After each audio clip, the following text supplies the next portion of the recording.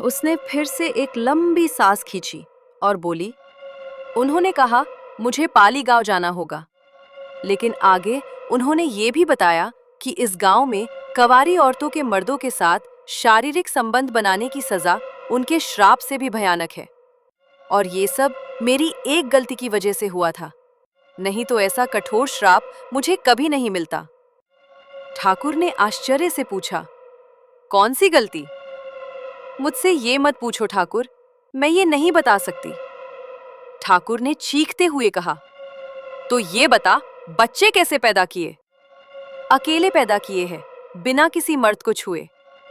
ये सुनते ही गांव वाले हंसने लगे।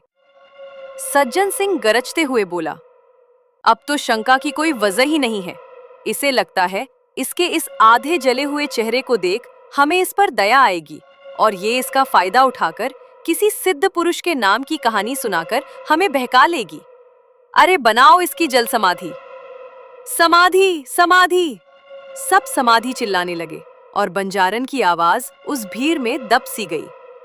सज्जन सिंह के आदमी पेड़ से लटक रही बंजारन के कपड़े खींचने लगे।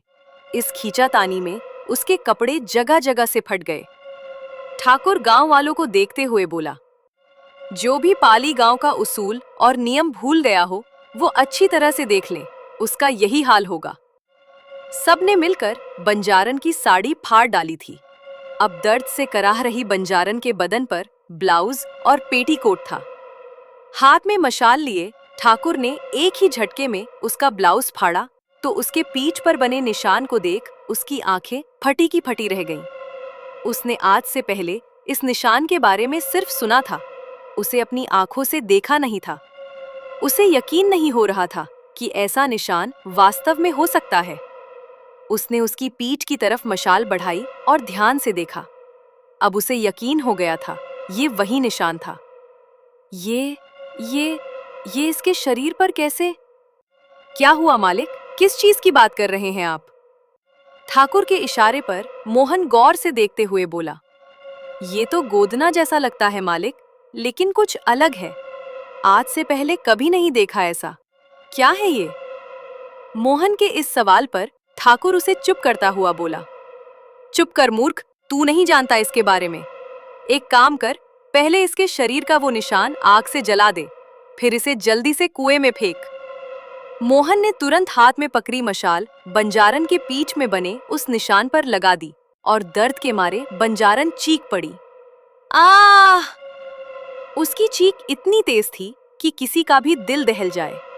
बंजारन ललकारते हुए बोली, ठाकुर, तूने सोई हुई शेरनी को जगाया है।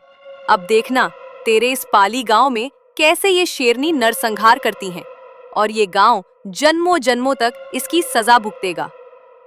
पीठ का निशान जलाने के बाद मोहन ने रस्सी में भी आग लगा दी और एक भयानक चीख के साथ वो उस कुएं में गिर गई। लेकिन ये तो उसकी सजा की शुरुआत थी। गांव वालों ने उस कुएं में गिरी बंजारन को पत्थर मारना शुरू कर दिया और हर पत्थर लगने के साथ एक कर्कश चीख सुनाई दे रही थी। काफी देर बाद जब उसकी चीखें सुनाई देना बंद हो गई, तब सब समझ गए कि अब वो मर गई। ठाकुर और मोहन तुरंत भागते हुए बंजारन की झोपड़ी में गए, उसके बच्चों के पास। जब वहां सब पहुंचे तो सब हैरान रह गए, क्योंकि सब के सब बच्चे गायब थे।